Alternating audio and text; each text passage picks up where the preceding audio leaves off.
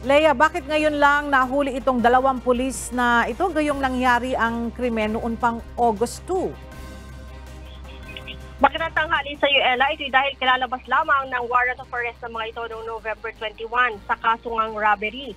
Inisyu ito ni Honorable Giovanni Elnar Palma, ang presiding judge ng Regional Trial Court Branch 121 ng Imus, Cavite. May kaugnayan niyan, Ella, sa ginawa nilang drug operation noong August 2 kung saan niransak ng mga ito ang bahay ng isang dating profesora sa Imus, Cavite. Kita kasi, Ella, sa CCTV footage ang pagtangay ng grupo ng mga gamit gaya ng gulong ng motorsiklo at iba pa. Matatandaang 10 ang kinasuhan ng administratibo kaugnay sa naturang operasyon, subalit 7 lamang ang naalay sa serbisyo na napatunayang may direktang partisipasyon, habang ligtas naman ang 3 sa mga ito.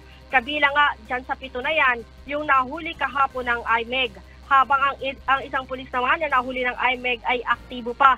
Bagamat nakaligtas siya sa administrative case na isinampa ng Internal Affairs Service, bigo naman siyang mapawalang sala sa kasong kriminal na robbery, kaya't napasama siya sa mayroong warrant of arrest. Sa inilabas na pahayag ng IMEG, Ella, nitong si Police Brigadier General Warren De Leon, sinabi nito na walang puwang sa organisasyon ang mga hiwaling pulis. Ang kasong robbery ay may piyansang 120,000 pesos para sa kanilang pansamantalang kalayaan. Ella? Maraming salamat, Lea Ilagan.